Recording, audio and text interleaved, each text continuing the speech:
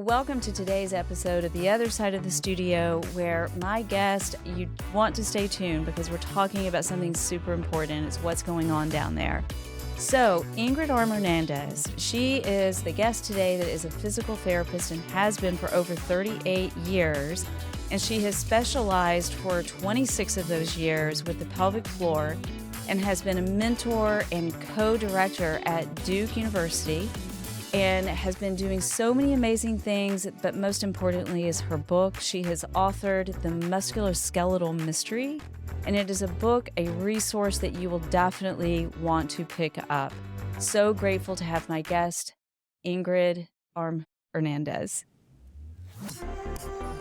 Welcome to the other side of the studio.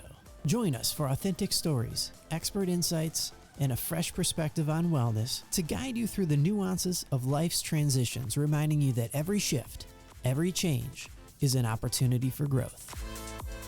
Rooted in the timeless teachings of Pilates, we journey through the 7 pillars of a well-balanced life: spiritual, emotional, physical, sleep health, nutrition, relationships, and financial balance.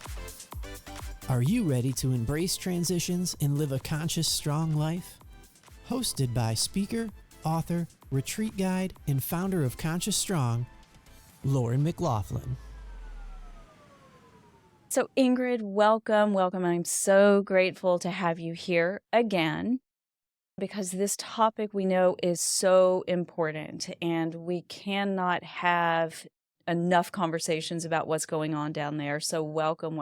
Oh, thank you for having me. Looking forward to the discussion. Yeah. So even since our last conversation, I have had numerous clients and friends and family, when I tell them about our conversations and the upcoming retreat that we're hosting, is they disclose, so many important topics about discomfort with sex has been a big one that I've been hearing a lot.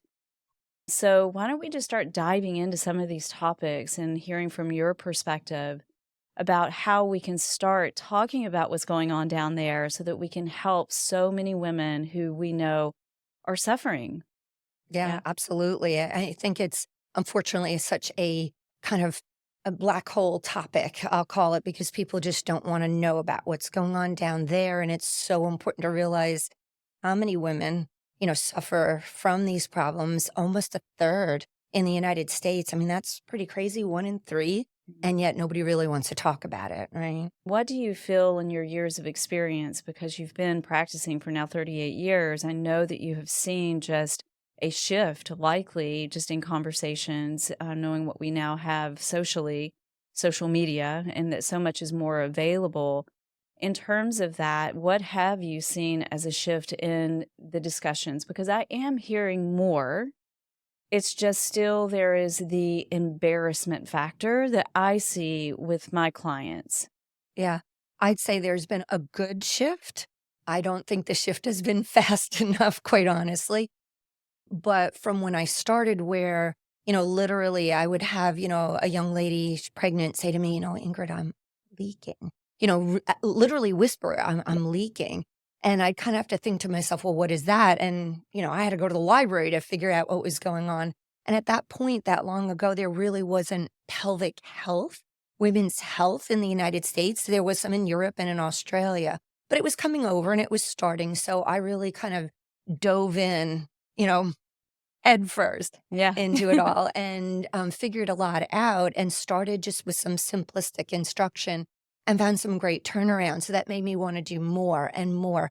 And eventually, the interest increased in the United States, and to the point of being able to do a residency program at Duke with our physical therapists that, they're there for a year with us, really immersed in it and seeing the beautiful changes there. Research finally changing.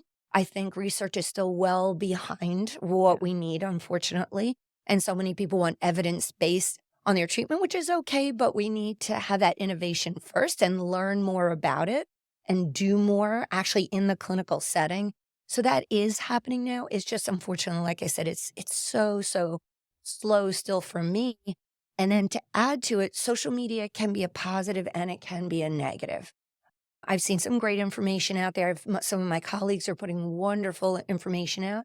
And then I see some information. I'm like, wow, where did that come from? And it's actually telling people the reverse of what they need, or trying to sell, some wonderful product that says, oh, we're going to cure your problem, when no, that's not going to Yeah. happen. But unfortunately, those are, in fact, on social media, we just had this big kind of tada, I'll call it, about, a device that's out there that swears it can, cure all incontinence and other problems. And it doesn't. It Mhm. kind of breeds oh, I need to have this device and do it and go to this office and over again do this, rather than self-care, Yeah. which pelvic PTs are very much into self-care. We Yeah. want to teach the person, this is how you take care of yourself. So you're not just going to be with us now taking care of the problem, but down the road, a year, 2 and 5 years now, you're going to continue to know how to take care of yourself, right? And that's, I think, a big difference between pelvic PT and these devices and things you see out there, where it's so fancy and so headlining, but not really what someone needs. Right. And would you say, because we know we're in a culture now where everybody wants a quick fix, and it's either by way of, take a pill or go buy this new shiny object that is going to magically make things better. And I'm hearing from you saying that that's just not the case in this case either down there. That, it's what we have within us in terms of our ability for, with self-care, doing proper exercises and applying those exercises, if I'm hearing you correctly, in the proper way, versus it being, as we hear, Kegel, Kegel, Kegel, everybody do your Kegels. I've had 5 kids and everybody's like, do your Kegels. But yet still, I've had the same issues like we're here bringing forward. I mean, it just comes with it. I mean, 5 kids, you're going to start having those leaky moments. Right. And so just sharing with the audience, you've already shared some on what to be careful of looking out for these shiny objects. So what would you say would be the first step in terms of finding those right exercises to help?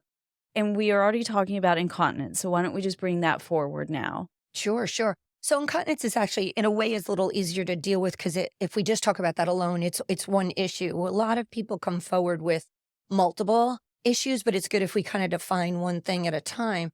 And incontinence, so what people hear in the media is go do 1,000 Kegels. Yeah. And I'm like, please put the brakes on that, right? Because no one needs to be doing 1,000 Kegels. And a lot of these devices actually encourage people. They say, this is what you do. Like, nobody needs to do 1,000 Kegels. So I actually don't say the word Kegels in clinical practice. I say a pelvic floor contraction and relaxation. And that's a very important point to understand. So with incontinence, it is usually good to do pelvic floor contractions, but there are some instances, like if you have overactive bladder with that incontinence, you can't make it to the bathroom in time, basically. Then it may not be good to start with contractions, because you may overexcite the pelvic floor. It's an overactive pelvic floor is what we call it. And you get a tighter pelvic floor, which makes the urgency worse. So you can actually make the condition worse if you're not understanding what you should be doing. Yeah. So in my book, The Musculoskeletal Mystery, How to Solve Your Pelvic Floor Symptoms, I know that's a mouthful, but I wanted to get all those important points in. I take 4 pages in that book to describe a pelvic floor contraction and relaxation. That's how important it is to know how to do a Kegel the right way, right? So if someone were to say, I'm going to go hold my pelvic floor contractions for 10 seconds and do 100 of them, and they have overactive bladder, they're going to wonder why now they have to run to the bathroom more often, right? So the book teaches you how to find your pelvic floor and how to relax your pelvic floor. And what I describe in there is, if you have difficulty with either one, you can't find how to contract it properly, or you find you're squeezing your buttock, or you're squeezing your face and doing all sorts of other things, then that's a sign that maybe you're not able to do the contraction properly. If you cannot relax, that's a red flag. That's, hey, please go to a pelvic PT. Let them assess what you can and cannot do and what's appropriate, and then continue with the program, right? So it's not to say your first jump is going to be pelvic PT. A lot of people can do this correctly if they've got the proper instruction, which is what the book does. And if they really struggle, definitely go to pelvic PT. It's an awesome resource to be able to learn to do these things right, and not in isolation.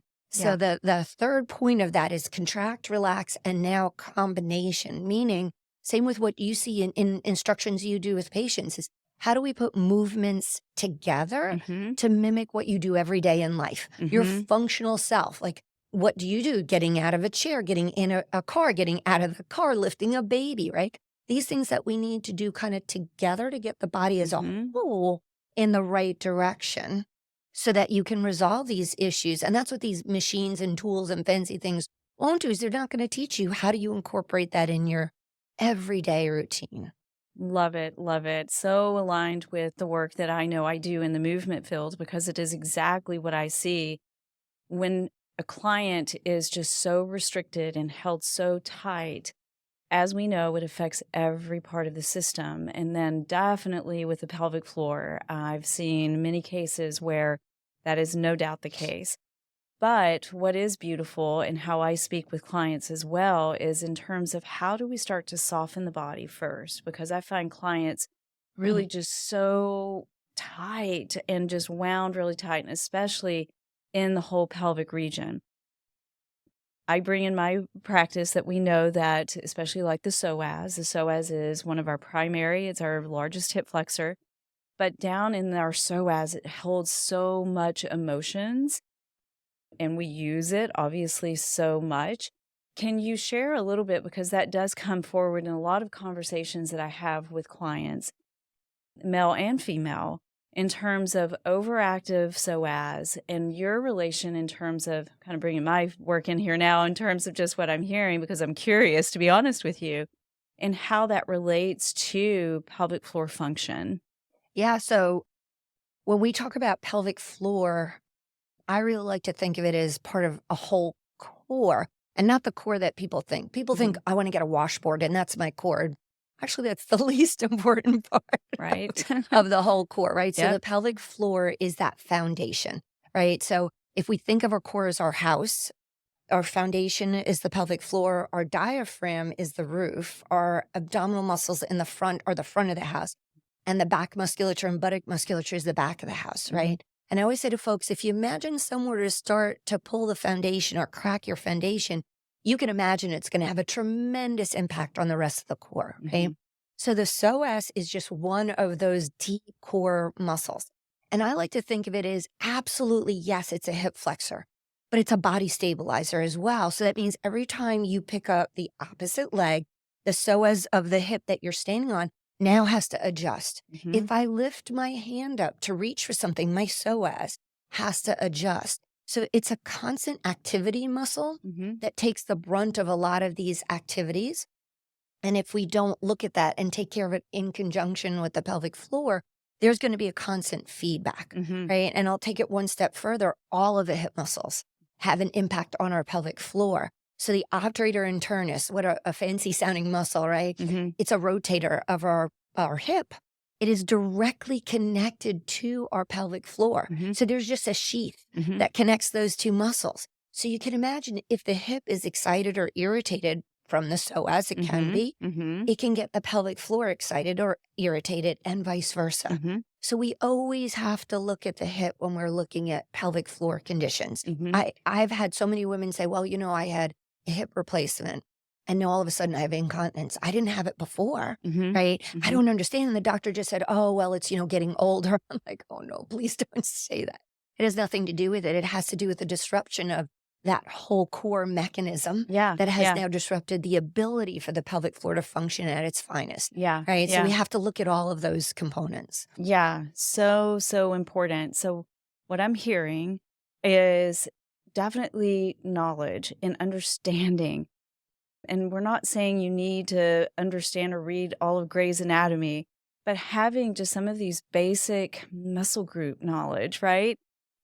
I just find truly is where, and even my practice is where we are missing. There's misinformation out there.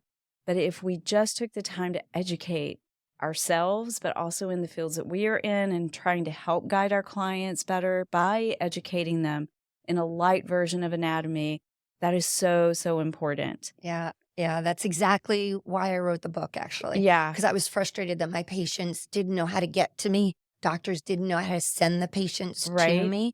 So talk about Grey's Anatomy Light, the whole first part of the book is Grey's Anatomy Light. It really talks about what are the muscles? What are their functions? How do they connect to the core? How do they connect to your diagnosis? What does it mean in treatment and self-care? So it makes all those connections in the book because I felt like people out there just didn't understand. They didn't know. They never had the opportunity to learn. It wasn't that they didn't want to, but they didn't have the opportunity. So this gives them that opportunity. And it is a wonderful opportunity because it is a book that I keep in my office. It is beside me with every client. So I'm so grateful for your book. So all of you listeners and practitioners. And so we're bringing this forward too as a practitioner myself and not knowing myself, even though I have studied and I am in the field of movement and a movement specialist, there are still many areas that were a little gray in my area. So I'm grateful for your book. And we're going to get to that. Another, very important message that you just shared is that thinking, oh, well, this is just how it is. I've hit menopause and, oh, well, it's just part of, getting older. That is not the case. We know that there is the ability to even reverse some of these symptoms like incontinence or if it's painful sex or just other, pelvic concerns. And that I hear from you that there is no age, like you can treat this at any age. Absolutely. I had patients in their 90s and actually they did wonderfully. They sometimes did better than my younger clients because they could really focus. They had the time to say, I am going to do this and I'm going to do this right. And they were just such a joy, to treat. And they said, well, I've been told for 30 and 40 years, I should just live with this. It's part of being a woman. It's going through menopause. I should. And I was shocked to learn that I could do something about it. And here I am at 95 getting better. Love it. Isn't that awesome? I mean, yes. to know, so everybody out there realize it doesn't matter your age.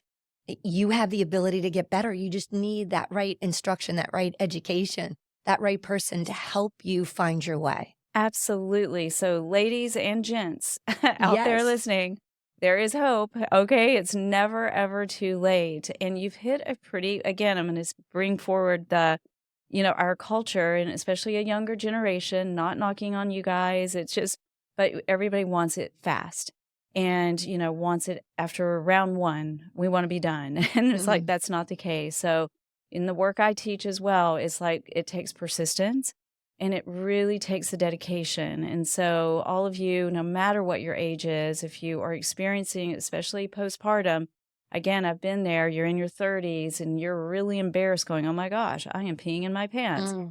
Guys, it does take the dedication and the time and the practice to really help find the strength that you need in order to overcome some of these concerns that do not have to be a concern. Yeah, I would say, and if you can think of this, you're investing in yourself, right? So if you invest the time now in yourself, it will be so much better down the road. Because if you can avoid the medications or the surgeries or whatever it may be down the road, you are helping yourself avoid maybe side effects or other things that happen. So if you can address it as soon as possible, you're going to get out of that as soon as possible. And you're going to be able to do so much more. They talk about, well, it's important to exercise, right? We know that. We know that literature, research backs us up, that we know that that is the best way for us to live our lives.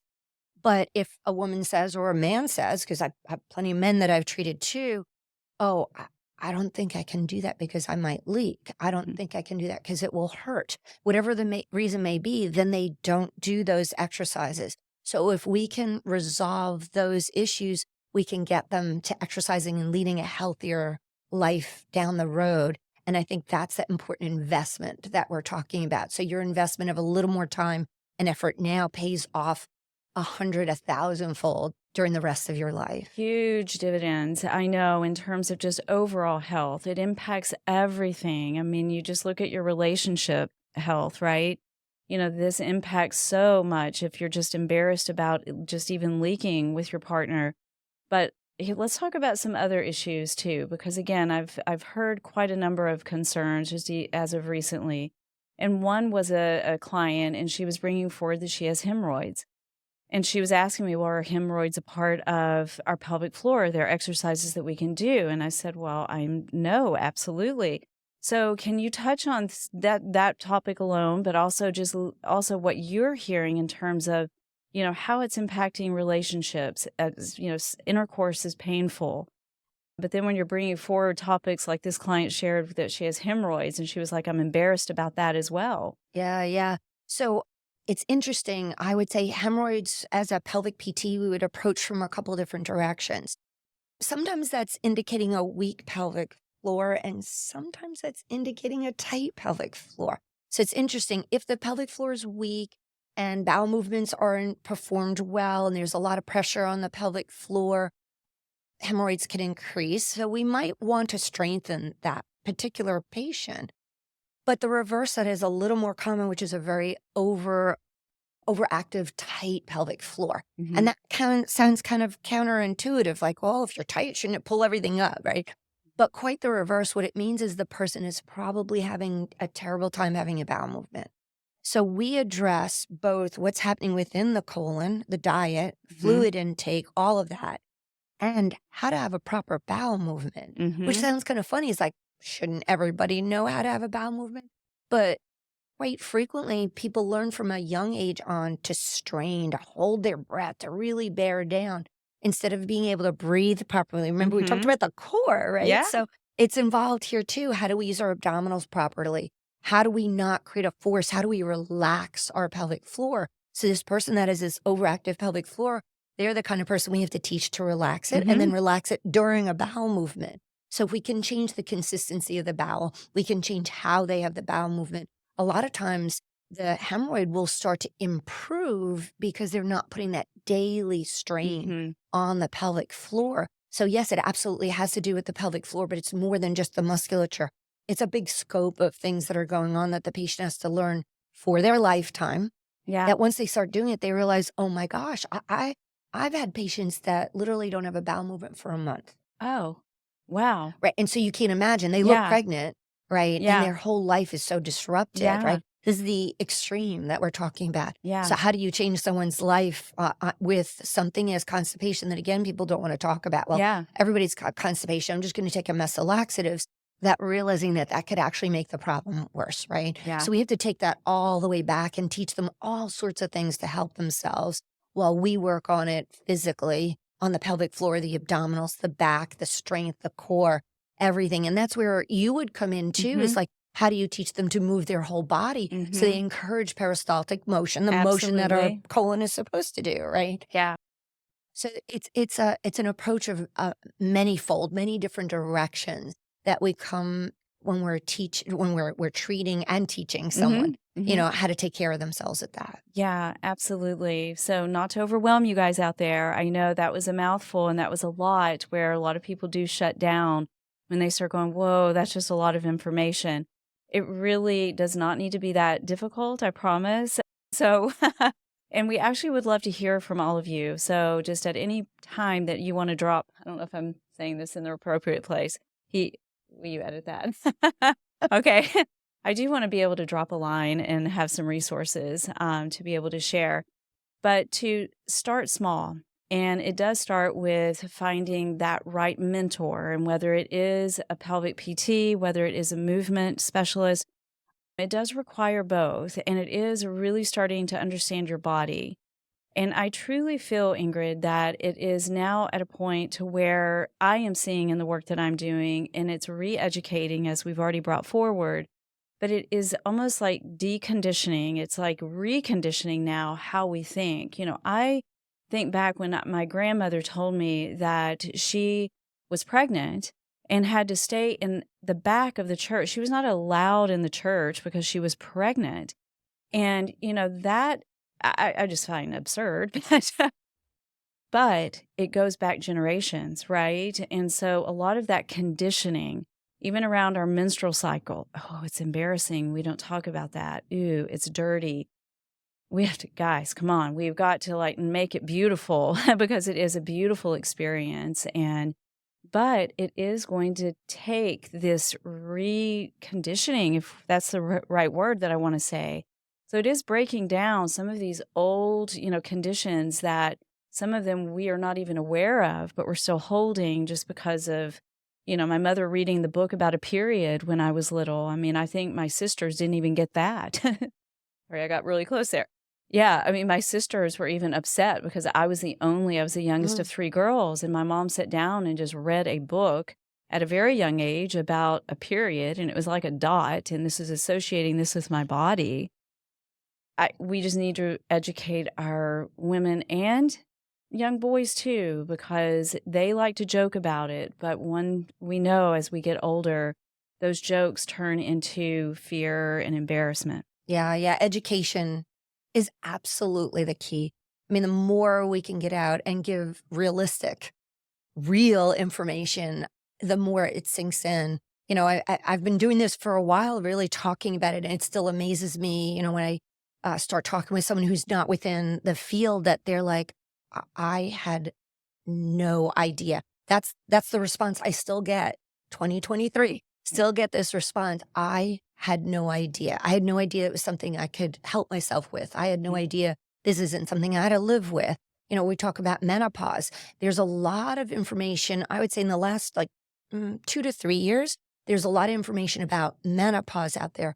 But when I look through that information, it's all about usually hormones and night sweats and the things that we commonly do see. But what we don't talk about still is the pelvic floor, that during that time period, we're more likely to have incontinence, that's urinary and fecal incontinence. We're likely to have constipation. We're likely to have pain with sex, where all of these things still are under the table. Yeah. And that amazes me. Like, well, if we're willing to talk about all these other things, why are we not willing to talk about that? Why is it still down there? Yeah. Why? Yeah. So I really try to hit it hard, and really try to get that information out there that we don't have to live with these things. Why should we think we have to live with pain with sex or stop having sex? Right. Right. Why? It just, yeah.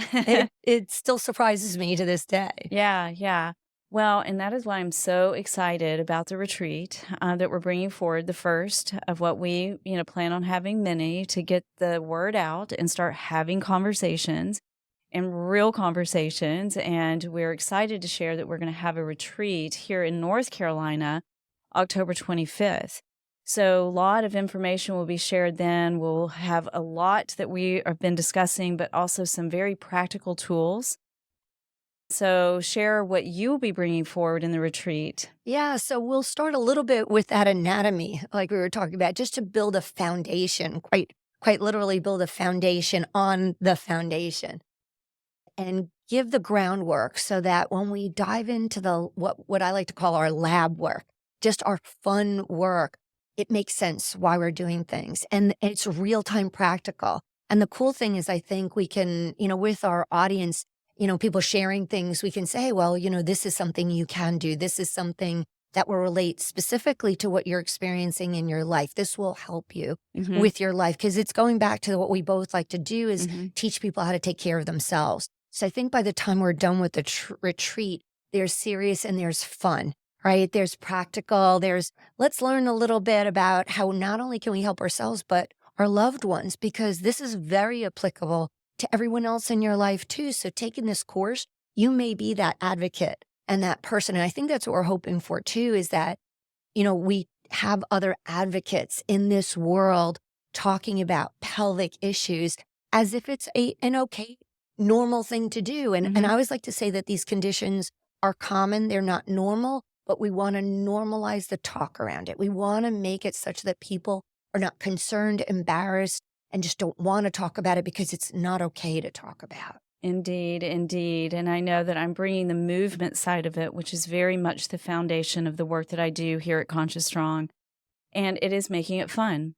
And, just if we have to term exercise, which I try to pull out of my vocabulary these days, I don't like the word exercise.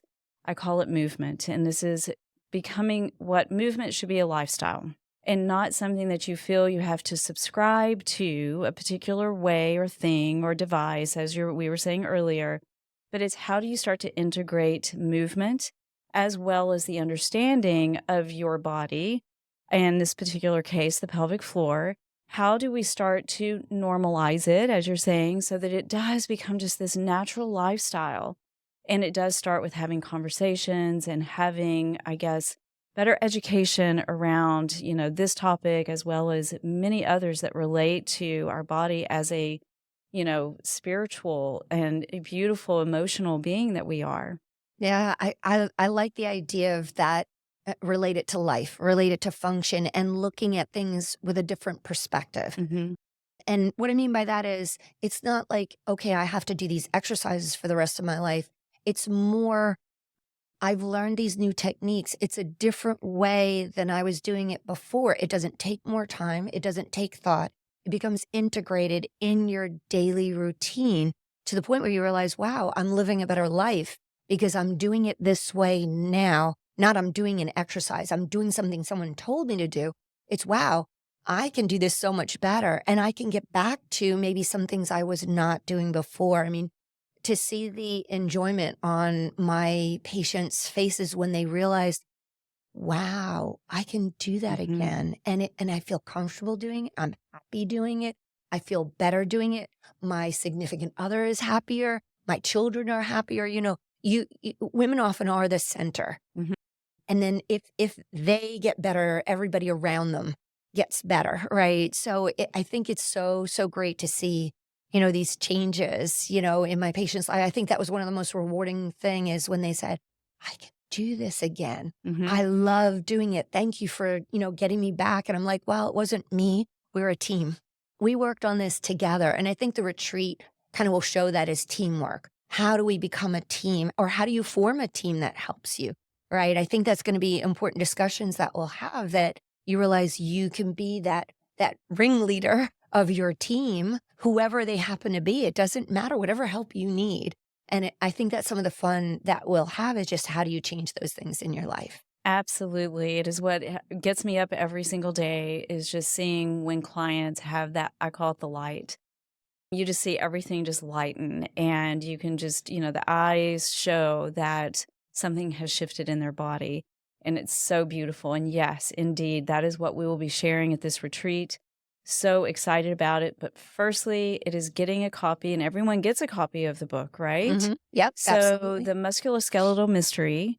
And describe a little bit more about the book. I know you've shared just a little bit, but it Mhm. is a fantastic book, very, very easy to read. So thank you for that, because too many books out there are so overwhelming, a little over the head, but you have made it so easy to read and follow and understand the pelvic floor. Yeah, yeah. So I think it will be, you kind of think of it as a manual for the course Mhm. in a way, but on its own, after we go through that whole anatomy component, I also have a whole section on how to find your team in there. So it goes through what all the specialists may be that you may encounter when you're talking about pelvic health. So that could be urogynecology, it could be OBGYN, it could be urology, it could be sex therapists, it could be mental health, could be anything from Pilates to yoga to, it just kind of wraps all of that together so that you're saying, oh, okay, well, I may need a little extra help with this to help me get to that next stage.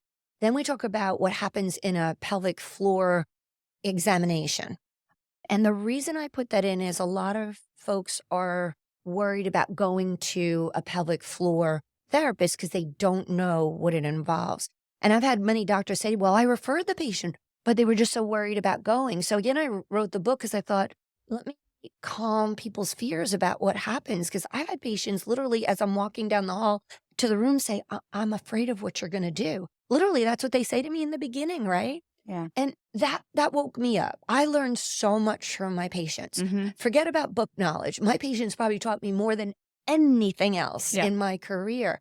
And so I would sit and talk, and I'd say, we're going to talk first, and we're going to understand your particular situation before we ever do anything.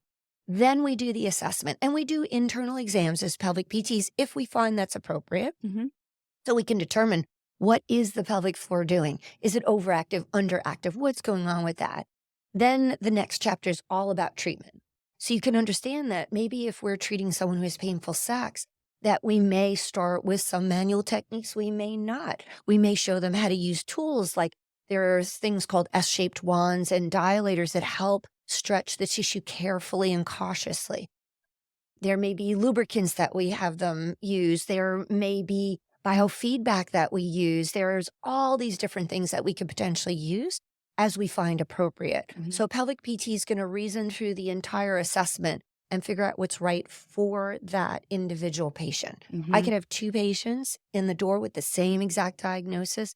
I don't necessarily treat them the same because they're not the same person, right? Yeah. Right. And then the whole last section is self-help. So it's how do you do some of these things we talked about? It actually helps you learn how to do those things on your own. And then there's a tiny section at the end where I say, this is how you avoid Dr. Google. Thank you. It's reputable resources on how to learn more about the conditions. Yeah, yeah. So all of you listeners, if you are having concerns down there, definitely, pay attention. Definitely buy her book. And I'm just saying, everybody go buy it, because it is, even if you're not having the condition yet, because we all are going to have them at some point in our lives, but get the book. It is such a helpful resource. And I'm so grateful that we have connected, and looking forward to experiencing more with you at the retreats and taking that on the road. Are we taking this on the road? I'd love to. I'm always optimistic out there, but yeah, we do want to get this out there so that we can start having conversations about what's going on down there. So thank you, Ingrid. I am so grateful to have this conversation with you here today. And Jeff, we'll just see you at the retreat. Thank you for having me. I appreciate it. All right.